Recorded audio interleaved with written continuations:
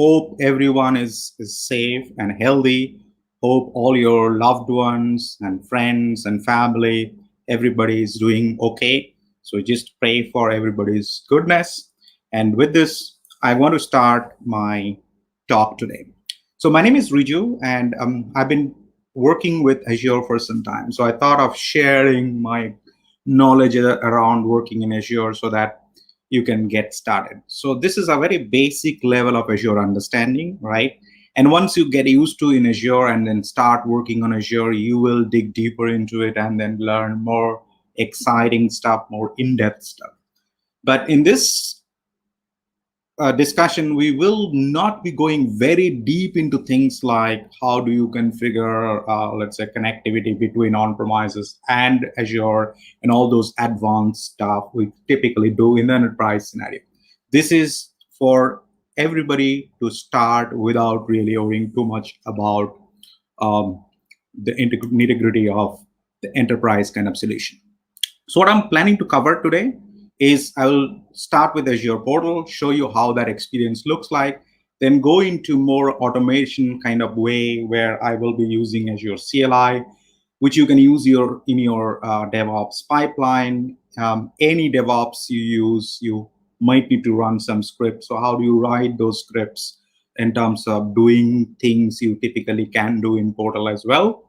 And then I will be creating a VM while showing you the demo, and then connect the VM to work against the VM. So to get inside the VM and then install things, which I might need to do that, right?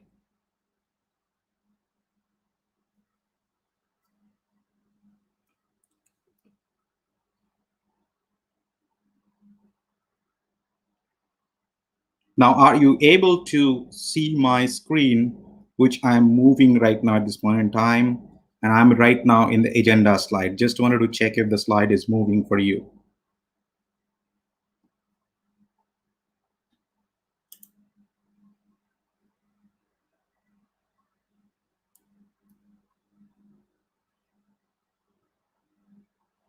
Okay, so it's now in the second slide, that's agenda slide.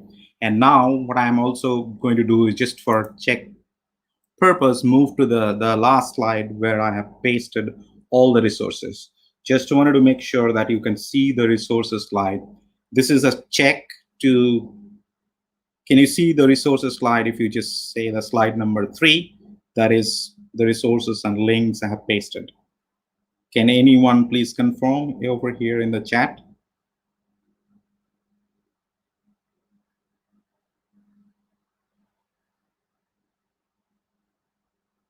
Hope it is moving. Now, what I'm going to do is that I'm going to switch to the Azure Portal.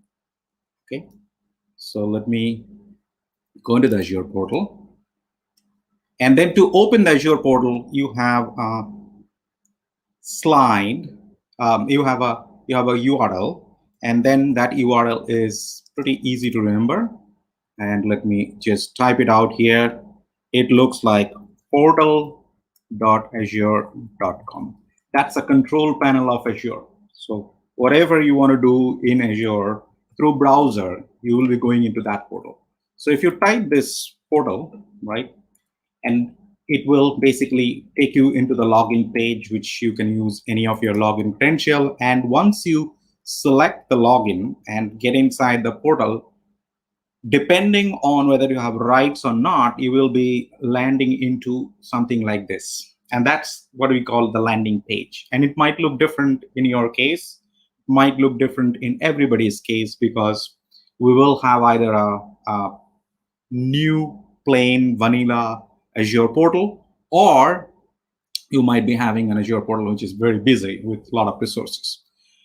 Now, there are a few things which I wanted to share with you. Is that first of all, you check what is the login you are using and what subscription you are connected to. So you need to check, and that you can work on a single subscription at a time. So you will be selecting the subscription you will be working on. So I have selected whatever the default is, and then everything I do over here will be inside that subscription. So Azure is very subscription specific. Even if you have, let's say, multiple subscription level access, you will still be working on single subscription at a time. right? Now, to create any resource, you can either use this create a resource or you can search from here, right? So either way, it works. So Azure starts with something like a resource group. Think of it like creating a folder. So when you create a folder, it basically captures no size in your directory or machine. It's just an entry. And then you put files inside that folder. It's more from a management perspective. So Azure also allows you to create resources within resource group. Most of the Azure resources are getting created inside resource group. Very few are outside of the resource group. So to create a resource group, what you can do, you can either select a resource group from here, or you can search here by saying a resource group. So if you search here, it comes over here, and then it shows you all the resource group. And on top of the resource group page, you have an add button, which allows you to add the resource group here in this by giving a name. So I'll say RG demo 1. And then I say review and create. Now, one of the things you need to mention while you create a resource group is that which location you are creating that resource group to. So I mentioned East US, so you can choose any location. And it doesn't restrict you to create resources, all the resources within that resource group in that location. So you can even create a resource, let's say, in Chennai, in Pune, in Mumbai, in Singapore, in that resource group. So that's kind of like an indication that you are grouping. So you ideally should be having all of them together, but that's not mandatory. So that's not something which you will be basically doing it, right? So you will be basically creating resource in multiple region based on the requirement. Now this resource group is ready, right? Now, what I wanted to show you is the experience of creating a virtual machine in Azure, right? A virtual machine is a virtual machine at the end of the day, right? It's nothing new. It's nothing very specific to Azure, but how do you create a virtual machine is important. And then how do you connect the virtual machine, and what all things you need to take care while you create the virtual machine. Now, when you create a virtual machine, there are a lot of components which you need to be able to create a virtual machine. For example, you need a network against which that virtual machine will reside. You need a subnet under which that virtual machine will get that IP address from. And then you need a public IP address if you need that virtual machine to be accessed by anybody outside of that network you are in. And then you need disks to store the data, right? And then all those network policies like rules, what IP address is allowed, what not, all those things are individual components within that. So you don't get a single component when you create a virtual machine. So let's see how that experience looks like. So if I say add, I create now a different way. Now you can see that it also shows me the most frequently used component which typically people use. So it's a list which is getting picked up automatically. But if you want to create a virtual machine and it doesn't show up here, you go to compute and I say virtual machine. Right? Compute is a category under which a virtual machine resides. Now, few things you need to provide here, right? You need to provide certain things, like you need to provide the virtual machine name. Let's say I put a VM1, and then you can select the location. So if I choose Southeast Asia, that's in Singapore, right? So that basically the Singapore region where I can go ahead and create my virtual machine. And when I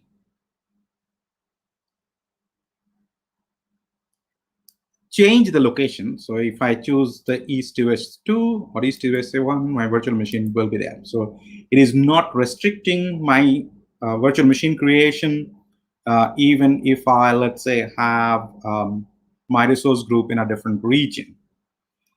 And then after that, you select the image, right? What is the operating system you want to use? Now, by default, it selects based on the recent usage, but you can select any of the existing images available over here.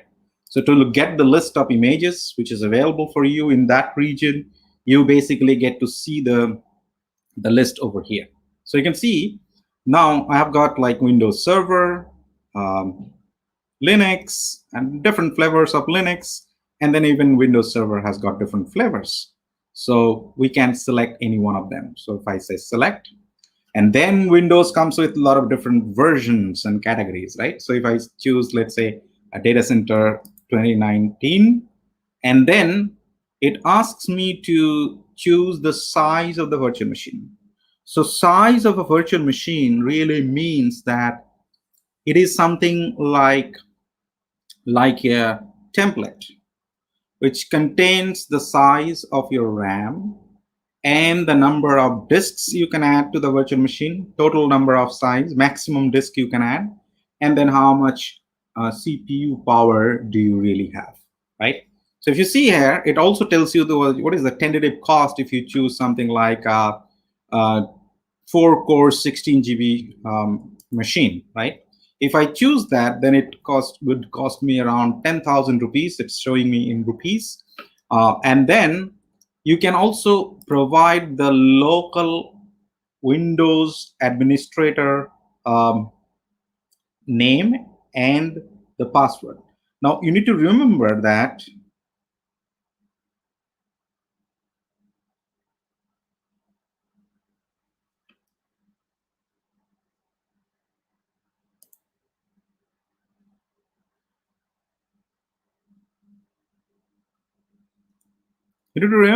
when you select the username or specify the username, it does not require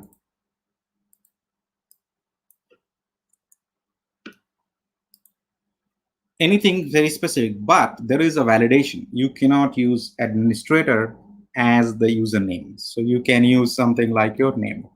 Okay. There are certain keywords which you cannot use.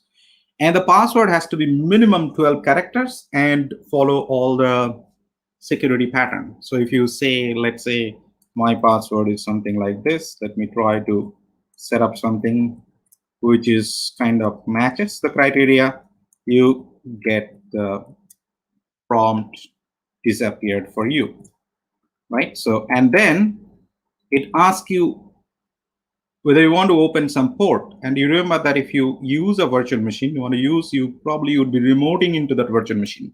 And since I'm using Windows, I might be doing a remote desktop. So if I do a remote desktop uses the port 3389. If you host a Linux machine, you will be opening up SSH port, that is port 2022.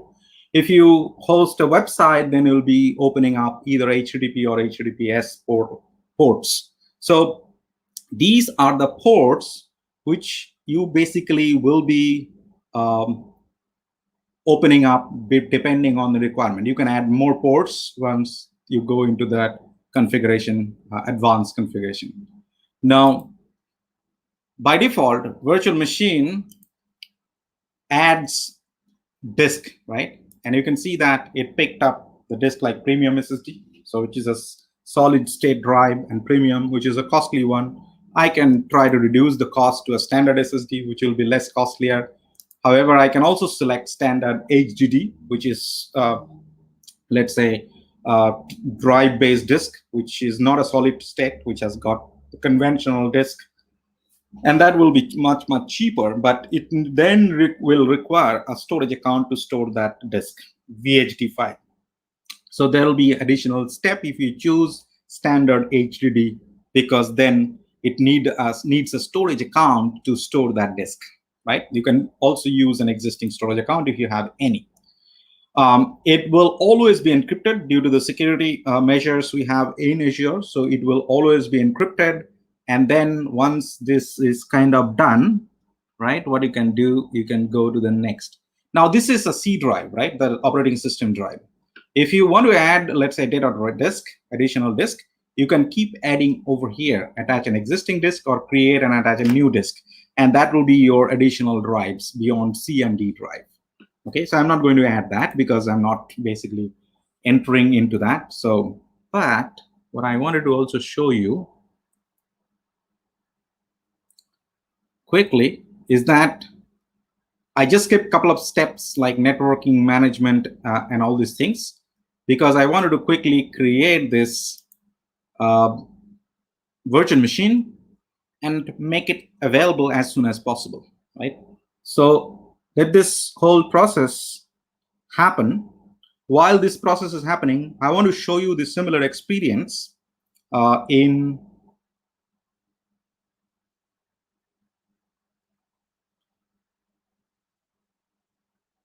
command line. So when you do automation, so in real production kind of scenario, when you deploy, let's say, hundreds of virtual machines, you will not be doing them through portal, and that's not an efficient way. So we always do say that you should automate that. Now, when you do automate, you need to write some script, right?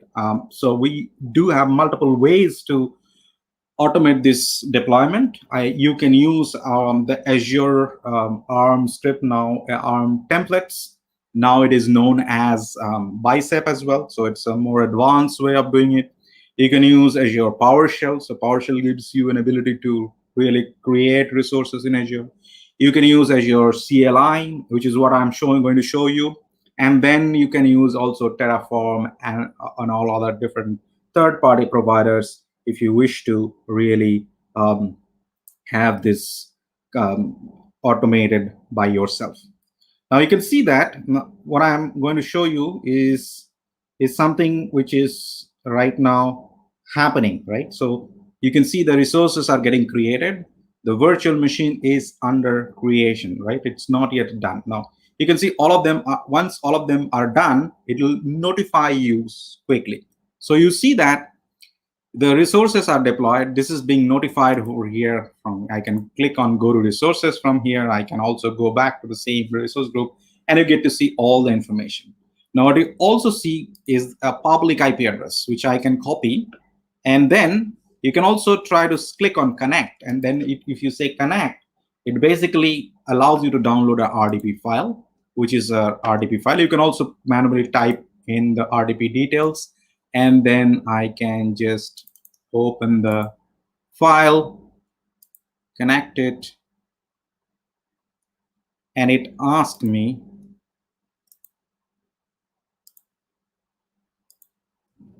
for an username, right? And that username is the name of my first name, right? And I provide the password. If I type it correctly, it will let me into the virtual machine. Now you can see that it is asking. I'll say yes.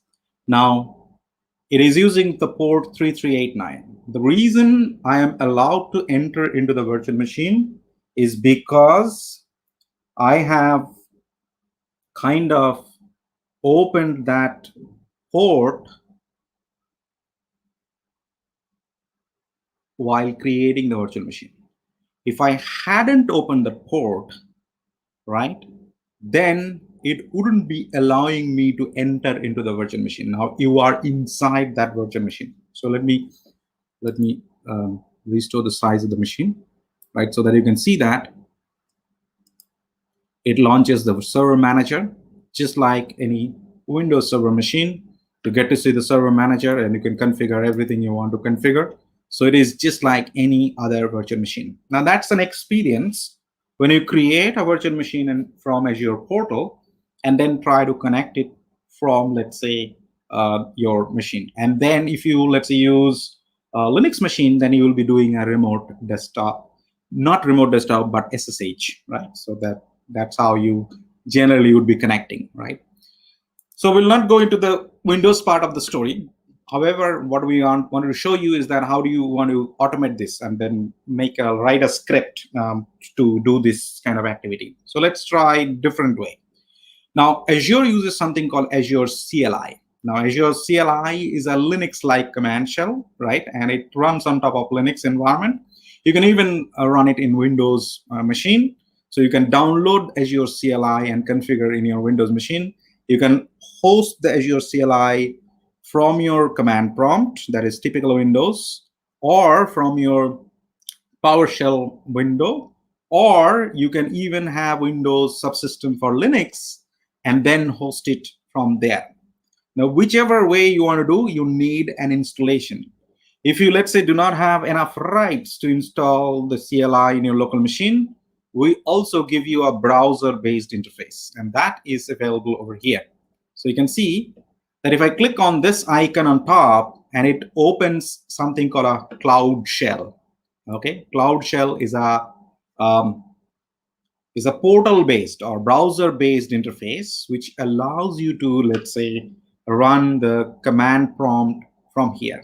And all the tools I mentioned, all the runtimes, everything will be available over here. So they are kind of available, already installed, configured, up to date, right? So you do not need to really think too much about like whether you will be able to um, uh, get the latest or greatest, or can you install it? No, you don't need to really worry about it. Time to time, it gets refreshed, and then there's a documentation which talks about what is currently available. Now, Azure CLI starts with AZ command. So if you type AZ, and if the Azure CLI is installed, it will show you something like this. So it's like it's a Linux-based interface. So it follows the Linux pattern. Everything looks like Linux. So if you come from Linux world, it looks pretty similar to you as compared to other CLI you might have used, right? So that's the beauty of it. So that allows you to not learn too much around the basic stuff. Another way of hosting it locally. So what I have over here is that I have got a Linux Windows subsystem for Linux, right? So you can see that I'm hosting it from Windows subsystem for Linux. I'm running Ubuntu in my local Windows machine, okay? So I can go into PowerShell command prompt Azure Cloud Shell also. So I'm not going into there. But if you go into the Ubuntu desktop, right, and then let's say you are here. Now, if you have that tool installed, I have done that. So I used apt-get to install the Azure CLI. So if you go to Microsoft Documentation, there are multiple ways by which you can install Azure CLI in your Windows machine. So I've used the Linux box. So I entered into the Linux box and then entered the Linux way of installing Azure CLI. So that's the only difference you might be seeing while you use the similar stuff. Now, what I'm going to do is that I'm going to check whether it is being installed properly or not. If you type AZ, you will get to see all the Azure CLI command. Well, let me increase the font size and also show you something like this. Okay, so right now I am inside this. Now, to create a resource group, before you create, you need to do a login. So every time you work on Azure CLI, you need to log in. But every time you log in, it basically stores that information in your local machine and then ensures that you are there. So I just wanted to show you the experience. It prompts the browser, you enter over there, you close, and it comes back to the Azure CLI and shows you what all subscriptions you have access to. So you can see that I have got Azure subscription access, and then I can use the subscription like Azure Cloud or Azure this thing MSDN, right? Whichever subscription I want to use, right? So I can use any one of them. So let me go back here. And now what I can do, I can start showing you the resource groups I have created. And to check the resource group, you say AZ group list.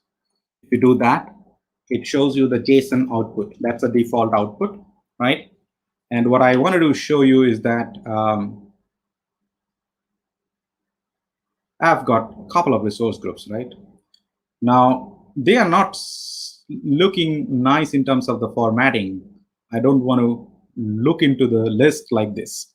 Rather, what I wanted to do is that I wanted to show you the list in form of table. Now you can see that it shows you the list of resource groups you are right now in, right? And you can also see the demo one, okay, the resource group I have created a few minutes back. Now, what I wanted to show you is an experience of creating the resource group from here. But to create a resource group, you say AZ group create, and you need to give a name. You say name or -n, and I say RG demo 2. That's the name of my resource group. And then you need to also specify a location. And you can use the location as East US. So you can pull out what all locations you have access to, and they'll show you the name, and the resource group is created. Now, if I run again the previous command, that is show me the list of resource groups, you will find the second resource group, that is RG demo 2, is available now in this list. Okay. Now, what I'm going to do is that I'm going to create a virtual machine from this command prompt. And To create a virtual machine, you will be using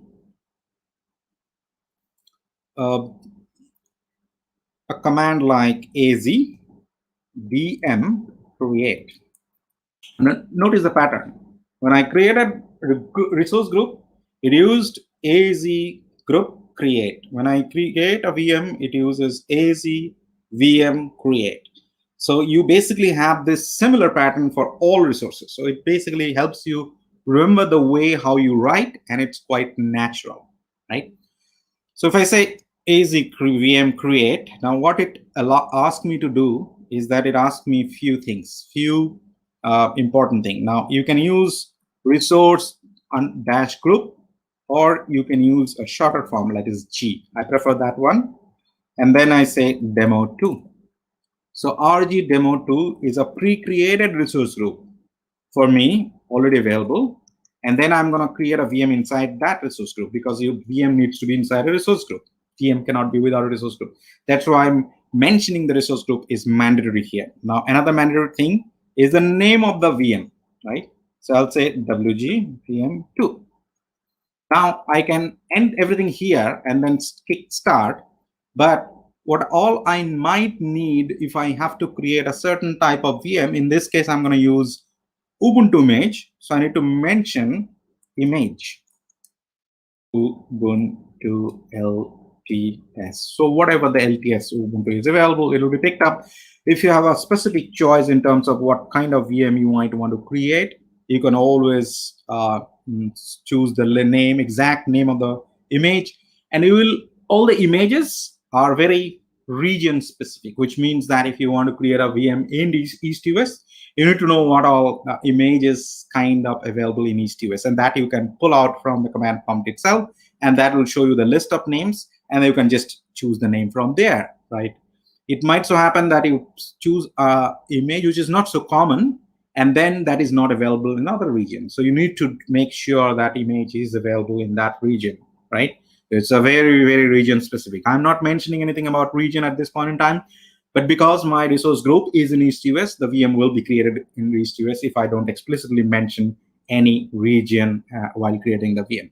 Now, there are few additional things which are required, which is how do you generate the SSH key? So let's say generate SSH keys, and it'll auto-generate the SSH key, and hopefully this will work. Now, what happens if the command is correct and then it takes the input and then start working on it? It basically is going to create everything for me. What rest all, which I did not mention explicitly. I did not mention the size of the VM. I did not mention the network, subnet, public IP address, NSG, the network security group, and all these things I did not mention. So they will be taking their default values. So it will basically be picking up a premium SSD, and then it will have a virtual network created. It will create a subnet, and it will associate that subnet with this VM. It will have a private IP address. It will have a public IP address. All of them will be associated. It will also have a network security group for the port 22, that is SSH, because it's a Windows Linux machine. All of them will happen automatically by default. I don't have to really mention. If you really want to tweak those things, you need to explicitly mention them while creating the VM. So you need to tell them what all you are changing over here, right? So it's going to go ahead and then spin up the VM, and you can see that the VM is immediately ready, almost immediate. Now this shows up the IP address. Now, since I did not mention the user ID, right, it picks up the login name and then does some tweak and then figures out what could be the optimal user ID. But let's say you are too confused about what could be the user ID, you can always go inside the VM to understand what is the ID, right? You can either go to the portal to see the details, or you can do it from here itself. And to do that from here, you need to know two things. One is the resource group, and then the name of the virtual machine. So we know both of them. So I can run something like azvm show, and that will show you the detail of the VM. And then the name of the VM is -n or -- name. And then the name of the VM is WGVM2. That's the name of the VM I have created. And you can see that the name is showing up over here. That's the ID of the VM. That's the name. And then what is the resource group? That is G. That is RG demo 2. If I do that, now it shows you a very complicated JSON output, which pretty much captures everything. So you can see over here on top, if I go a little down, where is my, this is Ubuntu server. You can see that it picked up 18.04. I did not mention it, so I just said that go ahead with the latest one. And then I basically can find the username. So I'm just going to see what is the user which got created. I know the name of the user is my first name underscore last name. That is the login I have created for this Azure portal, but I wanted to show you the username. Now, if that is somewhere on top, yes, you can see that the admin username is showing up something like this. So it can change interchangeably give you some username if you don't explicitly mention. You can always provide this as a parameter in CLI, what will be the local admin username. Because I did not, it picked up this one. So I need to use this name, okay? So what I need, two things. I need this IP address and I need the username to be able to log into this VM. So let us try to log in a different window. Okay, so if I go over here and then do SSH, let me check if I have SSH. So I have SSH. So if I do the SSH and then I try to log in, let's say I go here and I say this and this.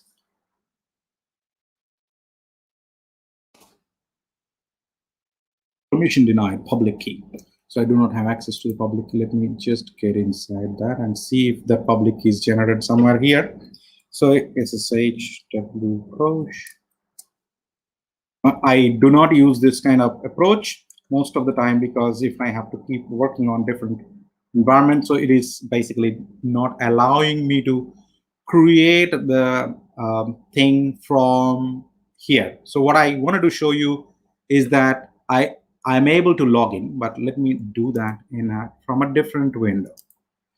So I go into Azure Cloud Shell. So I am using this. That's the default one. So let me enter here, and I want to just log in.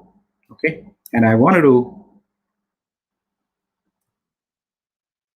copy this.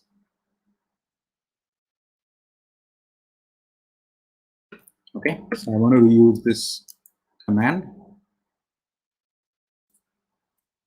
And I go over here and then type it out. And this time I'm gonna use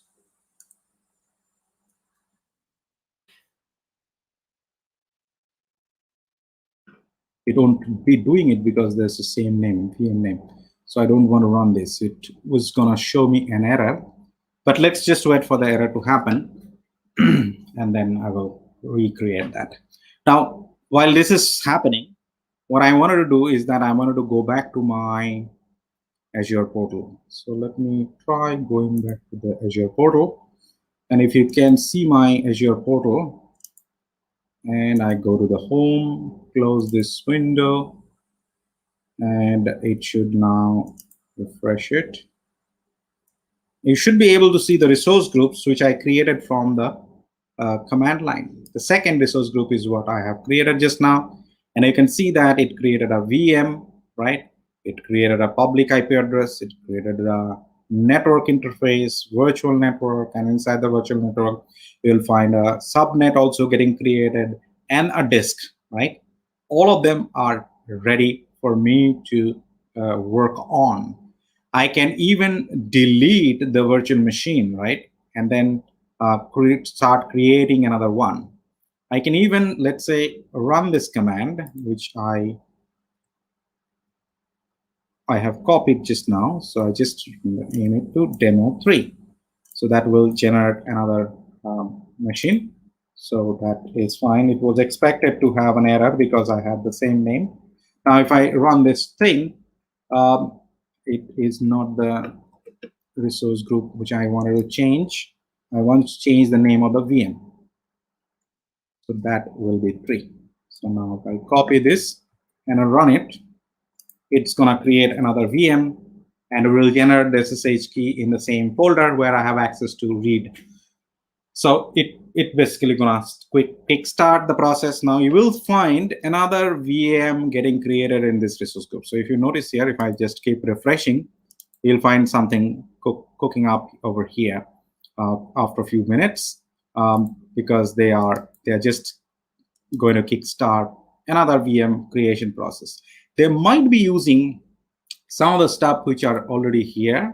They might not be using, so we don't know. If you need absolute control of your network, of your subnet, of your public IP address, what you want to use for your VM, not let the VM or the CLI create it for you. You should be explicitly passing on all the details within the CLI. Now let's just wait for this whole thing to happen. While it is happening, what I can do, I can show you a few things which might be helpful. So if I say AZ VM create, and if you run it just like that without providing anything, it shows you all the parameters you can pass while creating a VM. And that's what you need to know when you really create a VM in the real production environment. You might need an admin password instead of using SSH key, because admin password is required for Windows. You might need a computer name to be specified. You can mention that. You can mention the admin user.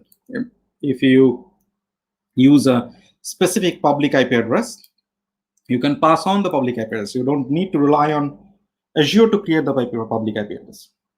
You're going to have your own public IP address associated to that. If you want to use OS disk name, right, you want to give a name to the disk so that you can identify it later for our audit purpose, because disk name will be random if you see in the portal. If you don't specify them. And there are a lot of things which you can mention.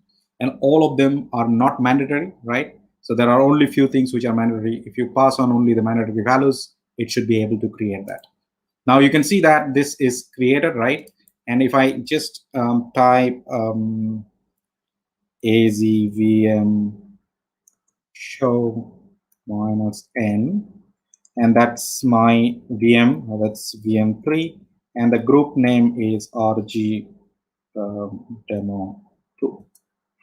And you will be able to see the username on top. So this is the username I'm getting over here. So you can see that every time it's a random username. So if I go over here at the bottom of this and then say clear, not clear, I just need this public IP address also. So let me copy the public IP address, and let me go down, and I say clear SSH, and then I also need the username to be passed. That's the local admin. If you do that, and it says yes, and now I should be able to log in, right? Because then you can see that I am inside the machine, that's WGVM3, which I just now have created, and then I am over there. So if I do the PWD, you get to see that's the folder I'm in. I can even say, let's create a test file, txt, and then the file will be created, and I can see the file listed over here. So I can pretty much work inside a Linux machine just like I work in a Linux machine in a normal sense, right?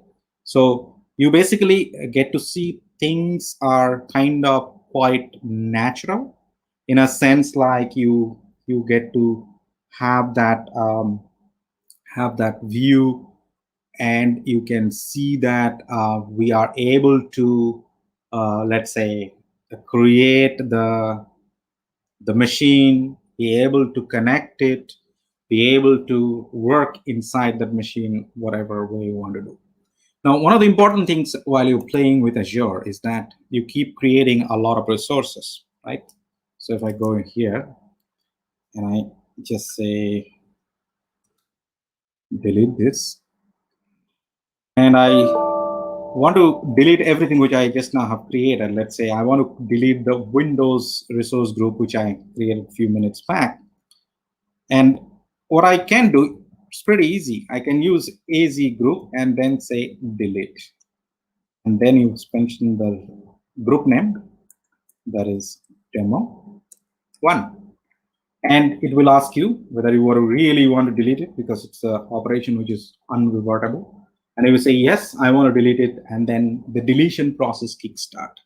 When the deletion process kickstart, it basically ensures that all the resources within the resource group is first cleaned up, and then the resource group is cleaned up. So it basically makes our life much, much easier in terms of how can you delete set up resources which might be using for temporary purpose, right? So you can basically delete them all with a single command. You can even go into the portal. Let's say, let me go to the portal and show you this second resource group. Now you can see that the first resource group, which I kickstart deletion process, right? It'll slowly remove component one after another, right? If I just keep refreshing, you will see that it will show you that things are getting deleted automatically. Right now, the demo 2 resource group has got few resources. You can see 2 VMs and their necessary components. If that is the case, I can also click on delete resource group from here. For the safety purpose, it asks me to re-enter the resource group name. I re-enter the resource group name, and it'll again do the same thing. So that's the portal experience. What I showed you is the CLI and portal, both the experience. So you delete both the resource groups, and what happens eventually, it'll be cleaned up. You don't have to really clean them step by step, because you need to remember that if you have a virtual machine and that has got a public IP address, if you, let's say, delete the virtual machine, it won't delete all those linked component. You have to come back and manually delete all of them one by one. So if you happen to say, I want to delete this VM, so if you go to this VM and say delete the VM, now you can see that because the deletion process kick-started, so it's no more showing that thing is available. So you can slowly see that whole of the lot will be cleaned up, right? You can see this is already getting shorter, right? And if I just refresh it, the portal will eventually delete it. Also, you can see that's closed because I kickstarted the deletion process. The connection is closed because the VM is shut down, and it kickstarted the deletion process. So you can see that this deletion for the demo 1 is still happening. It's not yet done, right? Once this is done, you can go back to the portal just to verify if you still have anything left, because anything means a cost to you, right? So you need to also take care of that activity, right? Now, what I want to do while this deletion thing is happening, what I want to do also walk you through is some of the things which I feel is important for anybody starting on Azure. So let me quickly check if anything else. You can see that some of the things are deleted already. And then if I go back into, let's say, the demo 1, and I can still see some of the things are, yeah, you can see that some of the things are still waiting for the final deletion to happen. So if you keep refreshing, you will eventually find it's all empty, okay? And then what I wanted to show you is a portal, and that portal is microsoft.com/learning. If you go to the portal, it lands in somewhere here, okay? And that's a great way to start learning Azure. Okay, so if you say microsoft.com/learning, it takes you to the learning portal. That's a learning portal. And you can see that it starts with certification. But if you just want to focus on the learn part, you can click on learn, and then it takes you to all sort of resources. Now, there are a bunch of products which Microsoft has.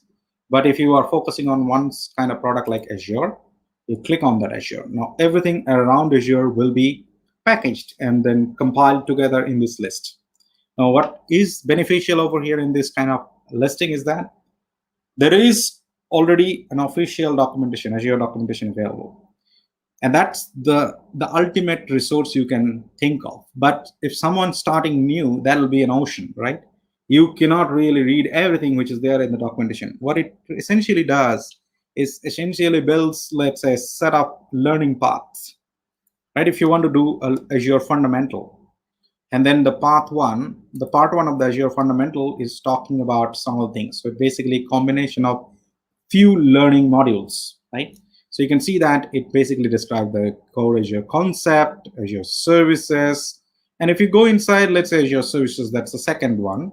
It covers a couple of things. It covers database, it covers virtual machine, it covers storage, networking, all those key components, right? So you don't need to go into individual documentation of this from the beginning.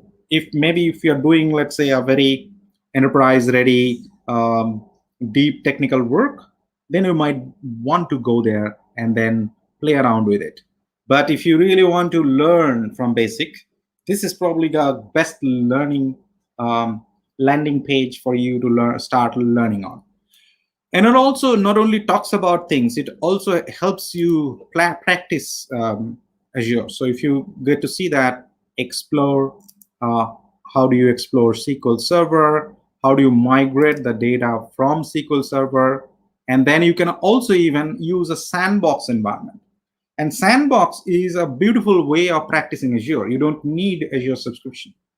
You can go into a Sandbox and it will be active for a certain period, right? Depending on your log. So you will be logging in and then it'll be available for you, right? And then you can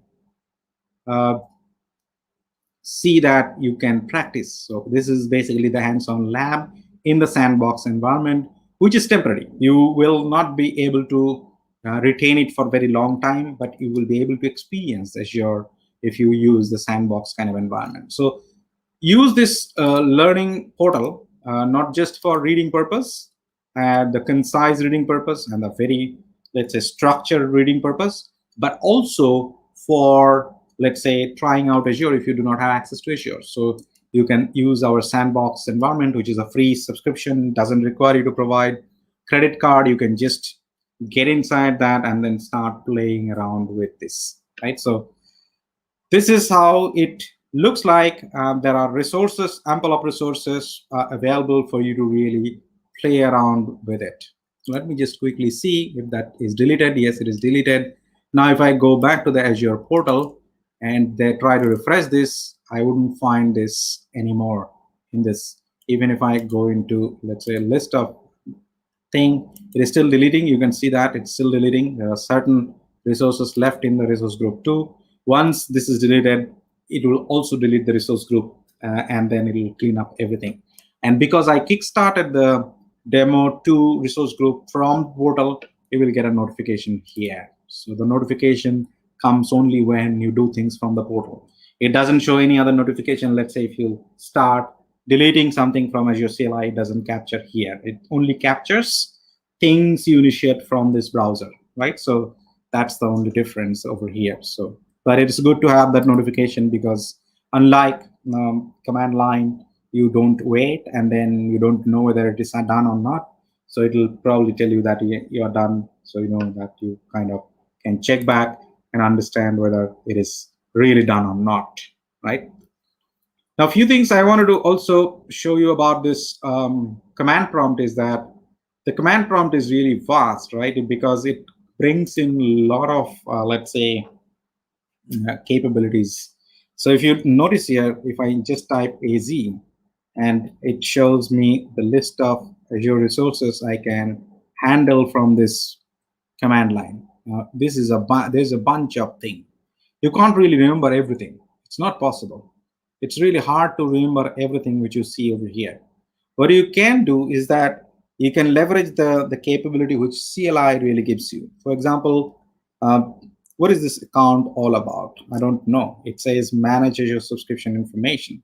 So if I don't know anything about the Azure account, I say AZ account. Simply type that. I don't have to type everything. Now it shows me some of the inline help, which is given already.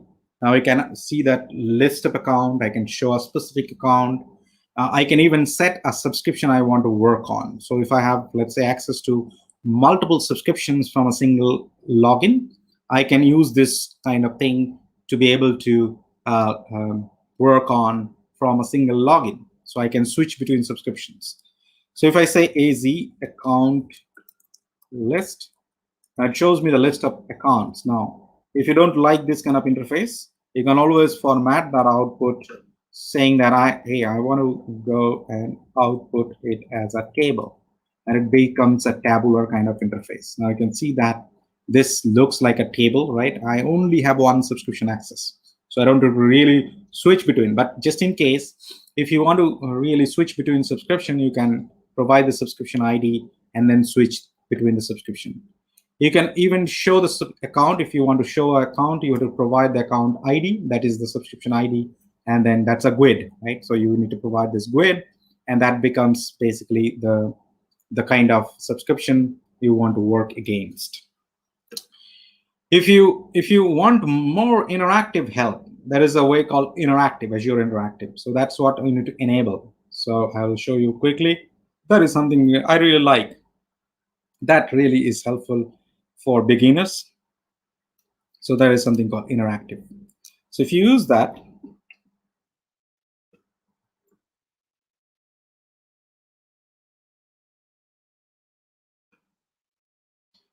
and it's in preview. So as the notification suggests that it is in preview, and it installs some helper thing, right? And it starts window like this, right?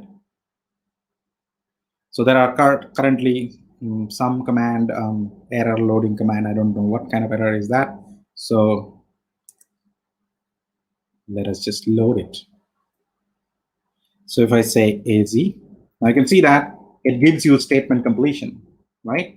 So you don't need to remember what you are doing, right? So if you say, I want to show go,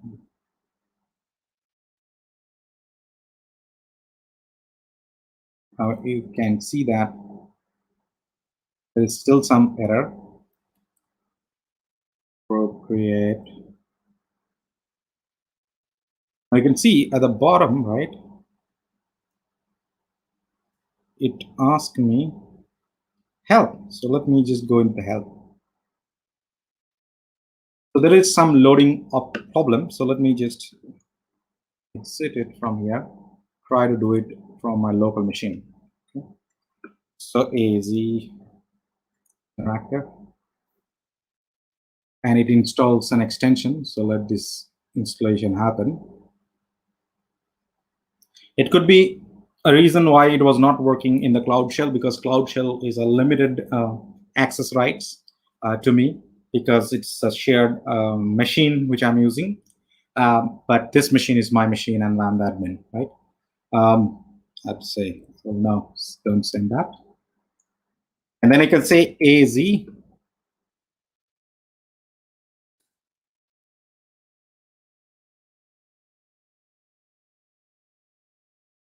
Temp.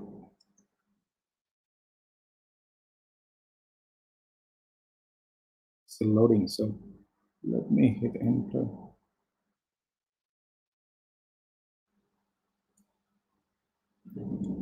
Looks an animated one.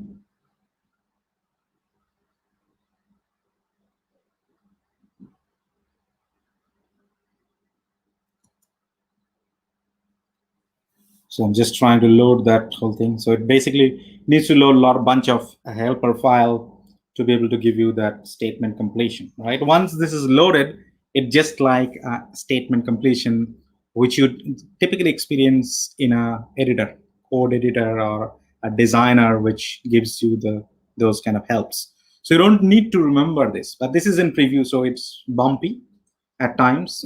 So it is not something for production, but it is good for the learner who are trying to learn for the first time. You don't need to get into a difficult setup list, right? So let me just go and exit from, it's just loaded. Let's see.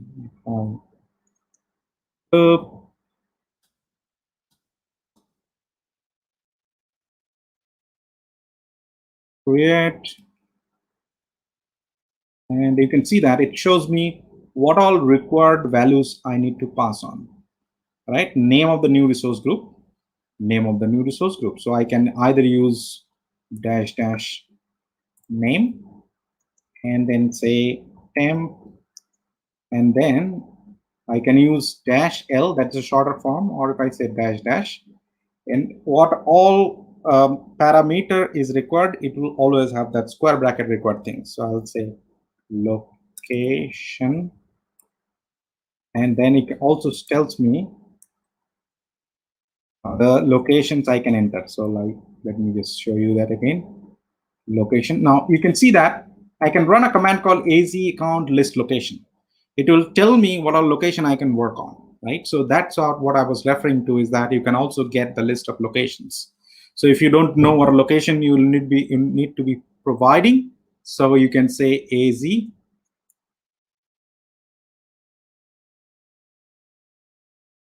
account list locations.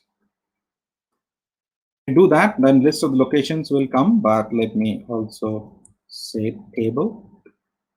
Now you can see that I can select any of these locations. So this is the display name, this is the actual name I need to mention, and then I can choose whichever location I want to use. So if, for example, if I want to create something in the UK, I will choose UK, Japan, India, right? So that's how I can select the location. So if I need to create a resource group, I say az group create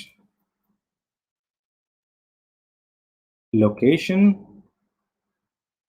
You can pass on in any sequence. There is no problem in that. I can say India. You can either use -n, that's a shorter form, that's a better way. I can say temp. If I enter, not available for resource group, list available region, Central US. So you can see that I did something and which is not available. It basically Central India, South India, something like that I need to mention. So I say Central India, that is Pune, basically. So you can see that it even shows me the name. So I cannot really make any mistake. Now the group is created. So I say AZ group list O, that's output.